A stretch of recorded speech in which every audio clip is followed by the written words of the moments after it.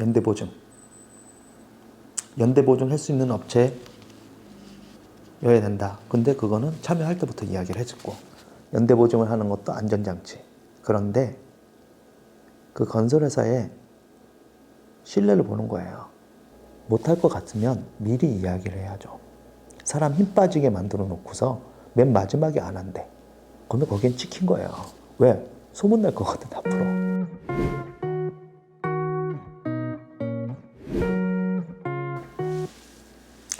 안녕하십니까. 스타일랩 종합건축사무소 대표 안호준입니다. 서류가 되게 많아요. 여기 1번, 2번, 3번, 4번, 5번, 6번, 혹은 이제 5번, 그 다음에 6번, 7번, 8번, 9번. 이 10가지의 서류들이 있습니다. 무엇에 쓰이는 서류일까요? 되게 과정이 이렇게 딱딱딱딱 일목요연하죠. 이 과정은 건설사를 선정하는 과정입니다. 우리가 그냥 주변에 알고 있는 건설사를 데리고 공사를 할 수도 있지만 그 사람이 잘한다는 보장도 없고, 또한 그 사람이 그 건설회사가 자금적인 문제가 있는지 여부도 알 수 없고, 사회 부분이 너무 이제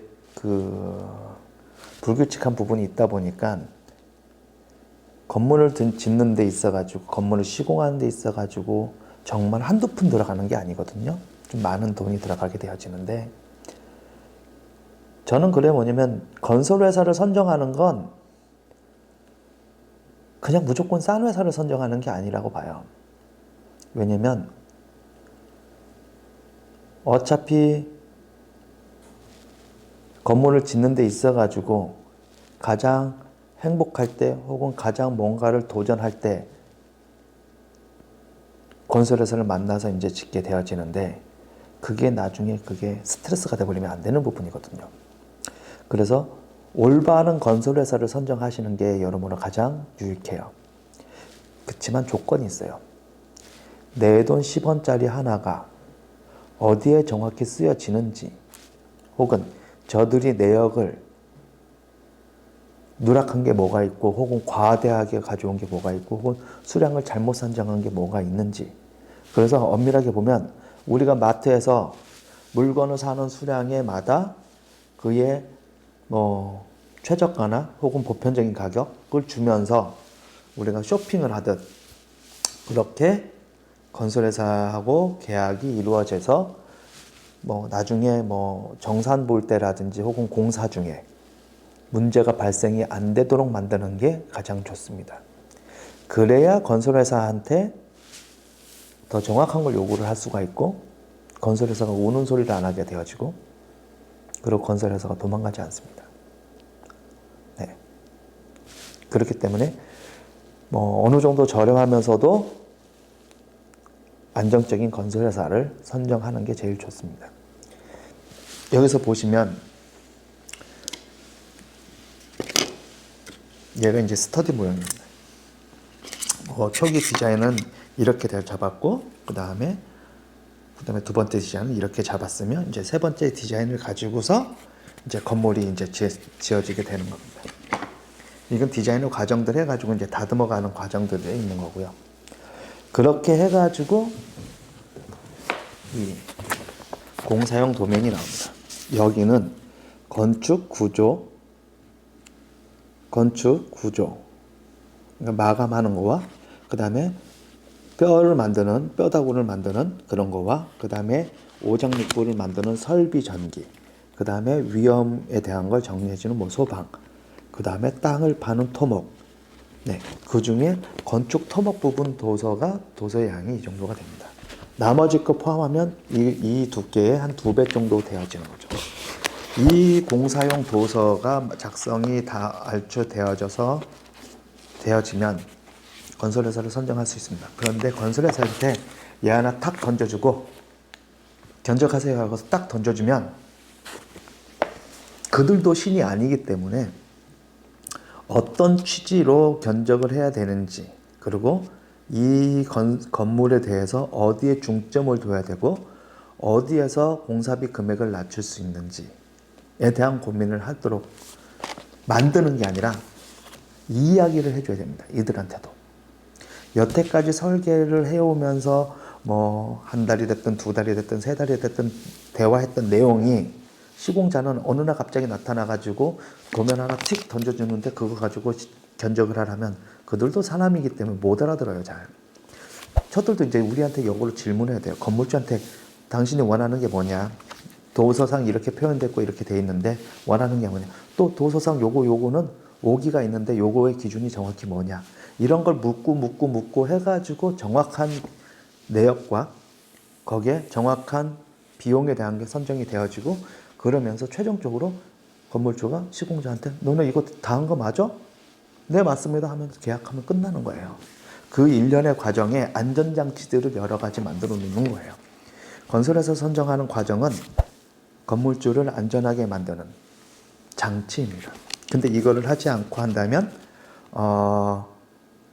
당하시겠죠. 네. 그래서 이런 설계 도면을 근거로 건설회사를 선정을 합니다. 던져주고서 견적해 주세요. 그 대신 견적의 조건은 뭐 건설회사 뭐 한 3개, 4개든 입찰 지침서를 줘야 됩니다. 당신네들하고 우리가 입찰을 하는 데 있어 가지고 보시면 공사 개요, 공사 범위, 공사비 지급 조건, 낙찰자 선정, 입찰 조건 유의사항, 견적 유의사항, 내역 작성 기준, 특기 평서, 재료 목록표, 그 다음에 주요 내용에 대해서 제출하는 서류들. 네, 저희가 2019년 7월 달에 이거를 한번 저쪽에서 해드리려고 했어요. 그런데 건물주분 친구셨고 그때 무슨 일이 벌어졌냐면 참 그 건설회사 사장이 그 건물주분하고 친구인데 계약금 받자마자 날라갔어요. 네, 사라져버렸어요. 계약금도 제가 한 10%만 주시면 된다라고 이야기했는데 그때 얼마를 드렸냐면 거의 30%, 40%? 예. 그래서 요번에 요거 입찰을 하면서 건설사는 4군데, 뭐 유명한 곳, 그 다음에 어떤 또 재미난 회사 2군데 해가지고 이제 입찰을 진행을 했고, 그러면서 여기에 조건이 들렸어요. 네, 연대보증. 연대보증 할 수 있는 업체여야 된다. 근데 그거는 참여할 때부터 이야기를 해줬고, 그래서 연대보증에 대한 거는 그 회사의 동일한 규모나 친척이라든지 그 회사들이 연대보증을 하는. 왜 연대보증을 하냐면 이유는 간단해요. 연대보증을 하는 것도 안전장치. 그런데 그 건설회사의 신뢰를 보는 거예요. 저희가 그 건설회사 처음 만났어요. 아나요? 몰라요. 그러면 어떻게 해야 돼요? 저 사람이 누군지 한쾌 알 수 있는 방법은 연대보증 해와. 근데 그 회사가 연대보증을 해온다면 그 사람한테도 신뢰를 쌓여있다는 이야기가 되는데 연대보증을 못 해온다고 한다면 해줄 사람이 없다면 이 사람을 보증해 주는 사람이 없다면 이 사람이 어떻게 성장했는지 그 회사가 어떻게 성장했는지 그 회사의 자금 상태 어차피 주변 사람들은 다 어느 정도 안단 말이죠. 그러면 그 건설회사의 자금 상태가 안 좋다고 한다면 주변에 있는 회사 어떤 회사도 연대보증을 해주잖아요. 왜? 회사가 다른데 무슨 연대보증을 해주겠어요. 너는 너고 나는 난데. 그런데 연대보증을 거는 순간 그 사람 그 회사의 신뢰가 나옵니다. 그래서 연대보증을 걸었어요. 네. 왜? 앞전에 그 사례로 건물주분을 당하게 할 수는 없잖아요. 네. 제가 건축사로서 설계를 진행을 다 했고 그러고서 이 입찰을 진행을 갖다가 요번에 하면서 뭐 다 해드리는 건 아니지만 물론 뭐 일정의 비용을 받고 해드리지만 이걸 하면서 건설사하고 대화하는 부분에 대한 혹은 아이템이나 이런 부분도 많이 정리가 되고 다 좋은데 기본적으로 건물주를 위한 그리고 역으로는 건설사를 위한 또 설계자를 위한 하나의 질서가 정리가 된다 보시면 돼요. 네. 그런 내용들이에요, 이게. 그래서 공사에 포함을 하는 거, 제외가 되어지는 거. 그 다음에 참고를 해야 되는 내용들, 그 다음에 공사비 지급 조건, 그 다음에 낙찰자 선정의 방법, 그 다음에 뭐 너네가 하고 싶은 어떤 대안이 있으면 대안을 적극적으로 해와라. 뭐 그에 따른 비용은 너네가 감수하고. 그러면서 입찰지 제출할 서류들, 뭐 낙찰자 통보는 언제? 그러면서 질의회신, 여기서 중요한 건 질의회신. 질의회신 기간 얼마? 그 다음에 견적할 때 너네가 조심해야 될 내용들 많아요. 네. 내역서 작성 기준, 여기 이제 연대보증도 포함되어 있고, 정말 공사비에 정말 포함돼야 되는 내용들 딱 명기해서 누구한테 줍니까? 건설사 4개사한테 설계도면 포함해가지고 1분, 2분, 3분, 4분한테 줘요. 그리고 건물주도 한번 갖고 있고 저도 갖고 있고 그렇게 쭉 뿌려요. 그러고서 그 자리에서 질문 궁금한 거 있으면 바로 왜 딱 보자마자 바로 아시는 분들 많거든요. 질문, 기본적인 질문 했더니 첫 번째 질문, 견적기간 15일인데 지금 연말 껴 있고 연초 껴 있어가지고 시간을 좀 더 달라. 그래서 일주일 더 드렸어요. 물론 건물주분하고 상의를 했고, 그러면 이분들이 이제 견적을 진행을 해요.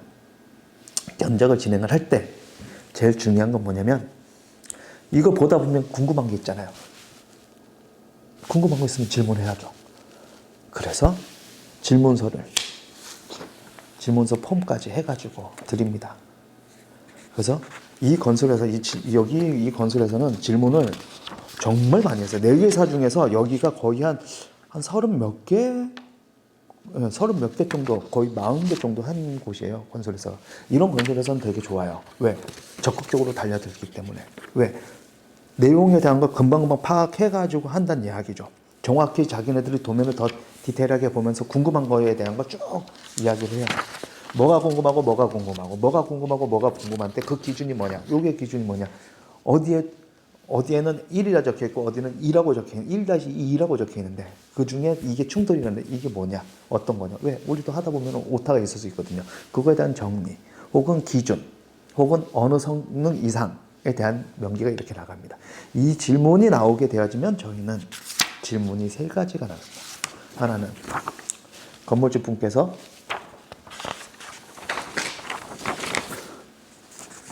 요구하시는 사항, 그 다음에 입찰 기준, 요구 사항에 대해서 어떤 내용이다 라는 거 하나, 그 다음에 설계 도서가 어디 부분이 약간 바뀌었다, 그래서 그거에 대한 걸 참조해라 라는 설계 내용에 대한 사항, 그리고 건설사가 질문하는 질문사항이 답변서로 나갑니다. 그래서 질의사항이 이렇게 나오고, 그 다음에 기준 내용이 이렇게 나오고, 그리고 별도 도면이 들어가는 거는 도서상에 명기가 안 돼 있어가지고 안 나가는 거, 엘리베이터 같은 거, 이런 거는 이제 명기를 해주고, 그리고 어떤 이미지 같은 것도 이렇게 명기를 해줍니다. 왜? 이런 거야. 이런 거 보고 너네가 그러니까 똑바로 견적을 똑바로 해. 그래서 질문이, 이런 건설 한 회사가 이렇게 질문을 계속 한다는 건 건물주분이 직접 받는다면 이거 내가 왜 다 답변을 해야 돼 말아야 돼, 좀 알아서 좀 하지, 그게 아니에요. 이분들도 모르기 때문에. 근데 이걸 누가 답변해 줄 수 있어요? 설계자가 답변해 줄 수 있어요. 다 이렇게 답변을 해줘야 되는 거예요. 다 답변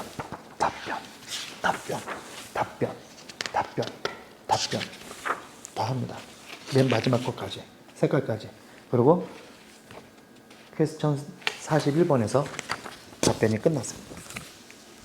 이렇게 답변이 진행이 되어지고 건물주분이 지시하는 내용에 대해서 나가면, 자, 그래서 1월 8일 날 견적서가 제출이 되어졌는데 총 4개사 중에서 총 2개사만 제출이 되었습니다.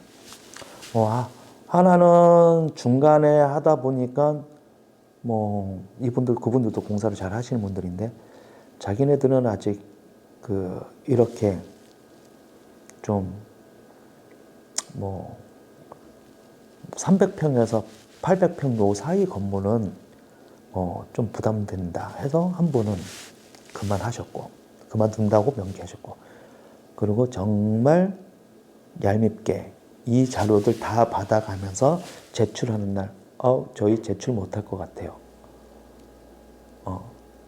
그러면 거긴 찍힌 거예요. 왜? 소문날 것 같아, 앞으로. 왜? 못할 것 같으면 미리 이야기를 해야죠. 사람 힘 빠지게 만들어 놓고서 맨 마지막에 안 한대. 네. 그런 회사는 정말 나쁜 짓을 하는 거거든요. 건물주 입장에서 건물주가 소중하게 글 쓴 거에 대한 거 계속 주는데 저쪽에서는 아무런 질문 없다가 제가 이제 제출하는 날 4개, 하나는 빠졌으니까 3개한테 다 제출했어요. 몇 시까지 정확히 제출해 주라고. 3개 다 제출한다고 했는데 30분 뒤에 한 회사가 못하겠다고 한 거예요. 이유는 여러 가지가 있겠지만 가장 큰 건 아마도 연대보증. 그만큼 건설회사들이 작은 부분이 빡빡하고 혹은 작은 부분이 마이너스가 되고 그러다 보니까 주변에서 연대보증을 갖다가 안 해주는. 네. 견실한 회사는요, 친구들이나 협력업체가 해줘요. 견실한 회사는 해줘요. 왜?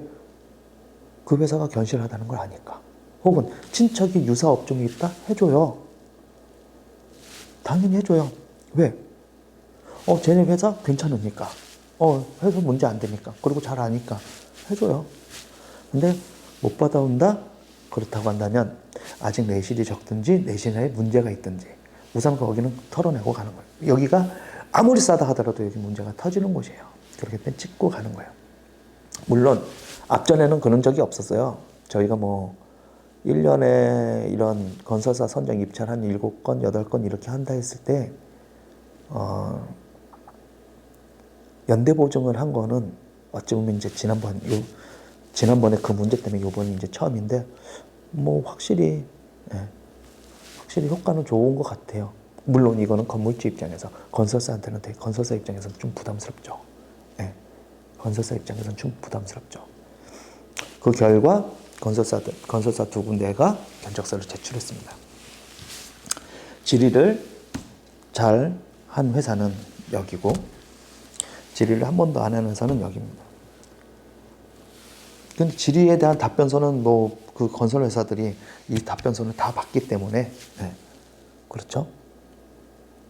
그리고 저 같은 경우는 무조건 다 지정된 이메일로 질문서를 받고 경미한 거는 그냥 아주 경미한 거 그래서 표기상의 오류가 요거 하나 있는데 이런 거 뭐냐 아니면 날짜 제출하는 날짜가 언제냐 이런 거는 전화로 받지만 나머지는 무조건 다 질의서를 작성해서 이메일로 띄우라. 그러면 정확히 다 답변 똑같이 나가는 거예요. 왜? 입찰하는 회사 똑같은 정보는 똑같이 다 받아야 되니까 그렇게 하죠. 그래서 저희가 입찰 지침서에 여기에 뭘 명기를 했냐면 대안 입찰을 해달라고 했어요. 그래서 여기서 대안 원 내역서입니다. 그리고 절감 내역서입니다. 원 내역서입니다. 그리고 절감된 내역서입니다. 자, 그러면 저희는 이거 다 안 봐요. 다 안 봐요. 뭘 보느냐? 대안 내역에 나와 있는 항목을 기준으로 저희는 체크를 합니다. 자, 여기까지가 입찰의 과정이었다면 요거는 견적 제출이고 뭘 하느냐? 이 내역서, 대안 내역서를 기준으로 내역을 비교를 합니다. 내역을 건축 관련 부분 이런 내역을 합쳐가지고 내역을 건설사 1번 건설사 2번 건설사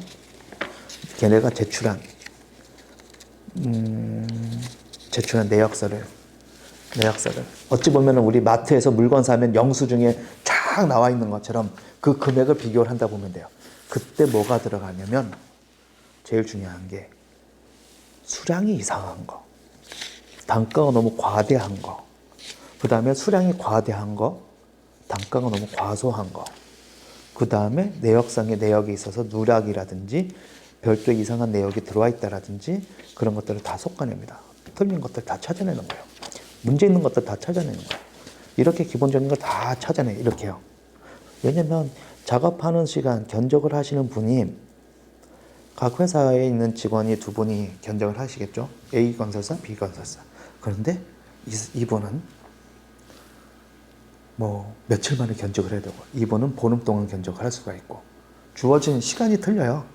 회사한테 똑같이 줬지만 담당자는 여기는 막 견적을 엄청나게 하고 여기도 또 견적을 엄청나게 하면 여기 이 어떤 건설사 한 군데는 한 명이 그냥 쭉 다 잡고서 정확히 견적할 수 있고 또 한 명이 또 쭉 뜨문뜨문 다는 거 하면서 견적을 할 수 있고 그러다 보면은 그렇죠. 여기서 이제 사람의 차이나 시간의 차이 혹은 내용의 차이가 벌어지게 되죠. 아무리 시간이 많이 줬다 하더라도 견적의 내용이 있어가지고 사람마다 혹은 그 공무 담당하는 사람마다 견적을 하는 방식이 좀 다릅니다.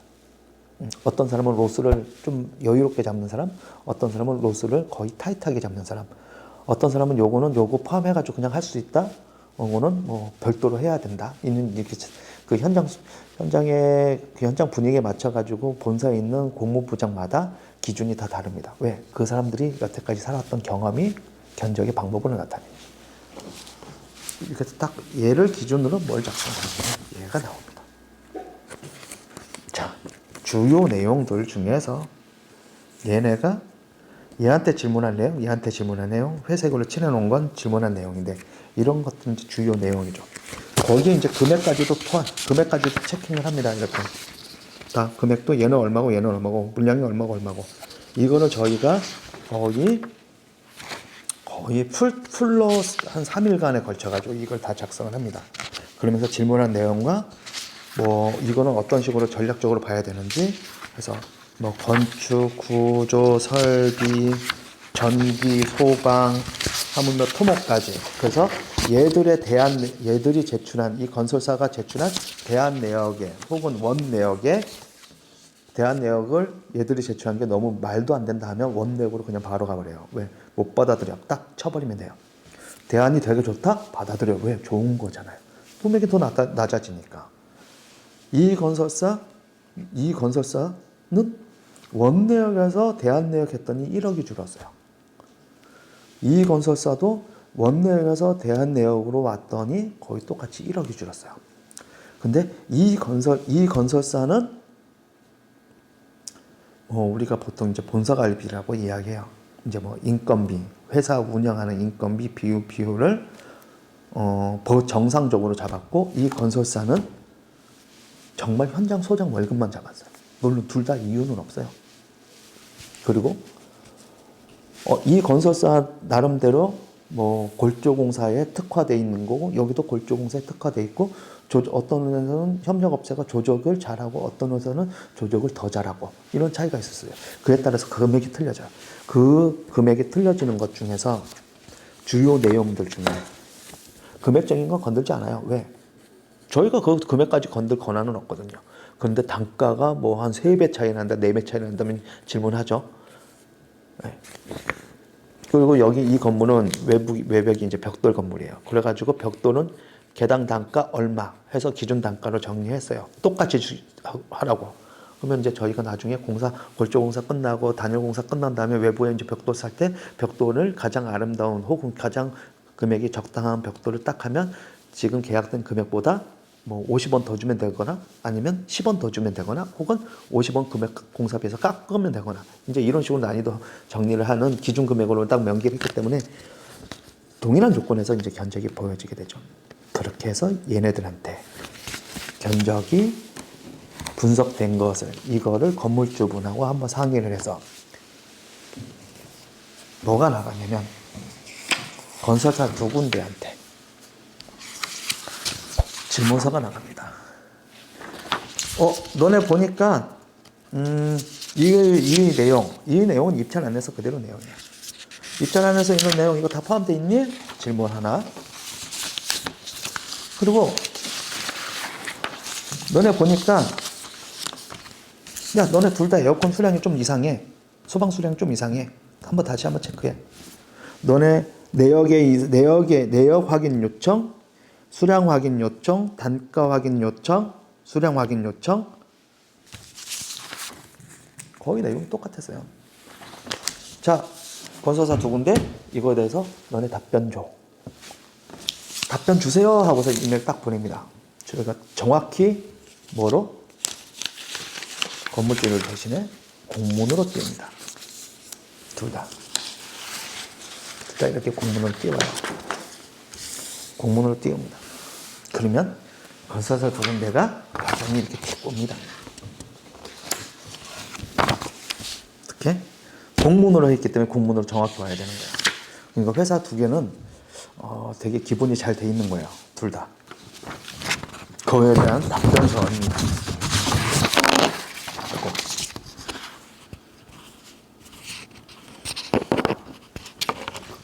그에 대한 답변서입니다.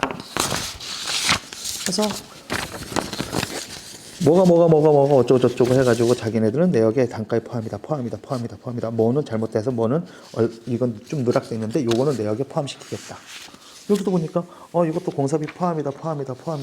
요건 내역에 좀 이상 있어가지고 요건 금액을 포함시켰다. 그리고 한 군데는 공사 기법이 약간 이상해가 참신해가지고 이거에 대한 내용을 한번 들어봐야겠다 싶어가지고 너네 이거에 대한 공사 기법에 대한 거 너네가 방향 잡은 거는 어떠한데 공사 기법에 대한 거 너는 어떻게 되느냐 해서 이분들은 그 공사 기법까지 다 제출해 주셨다. 이렇게 준비가 두 개사 둘 다 준비가 아주 되게 잘 됐던 거예요. 네. 그 결과 한 업체가 선정이 되어집니다.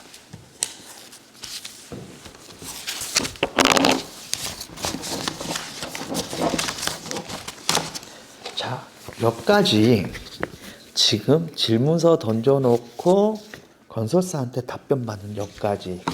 이 다음부터가 이제 진짜 진검승부의 시작입니다. 이제부터가. 건물주분, 우선 협상자는 어디 건설사입니다. 금액 확인하시고, 자, 보시고. 자, 여기 건설사한테 수정된 내역에 대한 걸 다시 받아서 금액 내용에 대한 거 확인하고. 자, 그랬더니 1등하고 2등하고 금액 차이가 좀 많이 났어요. 진짜 두 군데 다 너무 마음에 들었어요. 정말로 저는. 요번에 하면서 와 여기 건설사 남양주에 있는 건설사 화성에 있는 건설사 참 마음에 들었어요. 그런데 화성에 있는 건설사가 건물주하고 이제 우선 협상자이기 때문에 이야기합니다. 그래서 최종 내역서를 제출합니다. 그러고서 이제 시공자 건물주 저 딱 3명이 앉아서 이야기합니다. 보정된 내역서죠. 너네 건물주분은 나는 딱 요 정도 금액이었으면 좋겠다. 자, 그러면 벽돌 얼마, 벽돌 기준 단가 얼마를 찍고 이거는 여기는 원래 내역에 원래 에어컨은 포함 아니었으니까 그런데 에어컨이 포함되어 있으니까 에어컨 빼고 그랬더니 금액이 툭툭툭 내려가요. 공사비 금액이 내려간다는 건 간접비도 따라 내려간다는 얘기예요. 그렇게 내려가고 협상을 합니다. 그리고 또 제한할 거 있냐? 우리가 설계를 했지만 공사비를 일부 좀 조정할 수 있던 거나 좀 낮출 수 있는 거 원하시는 금액 범위 안에 이렇게 할 수 있는 게 있냐? 그러면 1번 아이템, 2번 아이템 이렇게 툭툭툭 합니다. 그렇게 한 결과 건설사에서 건물주분한테 최종적인 내역서와 최종적인 답변을 합니다. 그래서 이 건물은 화성에 있는 건설사한테로 낙찰이 되었고 이제 내일 계약을 합니다. 싼 건설사 금액은 협상하면서 조정하기 나름이에요. 싼 건설사 치고 싼 거 치고 잘하는 데 없어요. 그런데 어떻게 하면 금액을 조절하면서 잘할 수 있느냐? 이 회사도 가능하고 이 회사도 충분히 가능합니다. 근데 이제 내려오는 포지션이 크면은 안 되겠죠. 제일 처음에 원 내역을 존중하면서 원 내역을 노터치하도록 만들면서 따라오게끔 해서 건설사를 선정합니다. 좋아라 하세요. 네. 왜? 원하시는 금액의 범위 안에 들어와 있고, 그리고 여기서도 자기네들도 뭔가를 이제 어떤 하나의 실적으로 어떤 하나의 전자회사 사옥을 한다라는 거는 쉬운 게 아니거든요. 그 사옥을 정확히 이제 요번에 짓게 되어지는 거죠. 건설사를 선정하는 게 조금 전에 계속 이야기한 것처럼 싼 회사를 선정하는 게 아닙니다. 안정적이고 내 말, 건물주 말 잘 들어주고 건물주를 속이지 않고 그리고 건물주를 뜯어먹지 않고 올바르게 공사하고 그 대신 이왕이면 좀 저렴하게 아이템을 난이도를 조정을 하고 네 그렇게 설계 난이도도 조정하고 내역의 난이도도 약간 조절해가지고 대략적으로 상호간이 웃을 수 있는 스타트를 점을 끊는 게 이게 바로 물론 건설사는 별로 많이 안 웃겠죠. 건물주분이야 저는 와 요만큼 떨어뜨렸어. 오 대안보다 더 많이 내려갔네. 네 맞아요. 대안 냈던 것보다 더 많이 내려갔어요. 거의 한 8천만 원 정도 내려가는 게 정상인데 여기 대표님이 그냥 편하게 우수리 뒤에 있는 거 마저 띄자 해가지고 또 거기서 거의 900만 원, 1000만 원 따위가 똑똑 떨어지니까 뭐 그쵸. 그래서 저희의 이 건물은 이 건설사가 지어주게 됩니다. 예, 아주 그렇죠.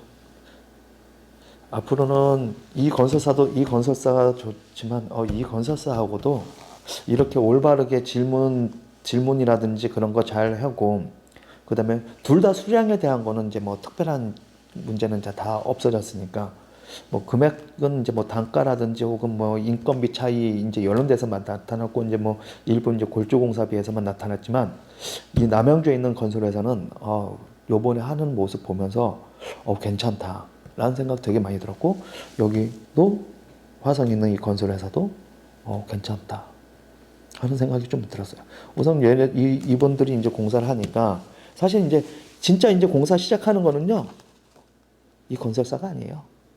누가? 이 건설사에 있는 현장 소장님이 하기 때문에 이제 현장 소장님하고도 이제 보다 더 적극적으로 이야기를 해서 올바른 품질으로 그리고 올바른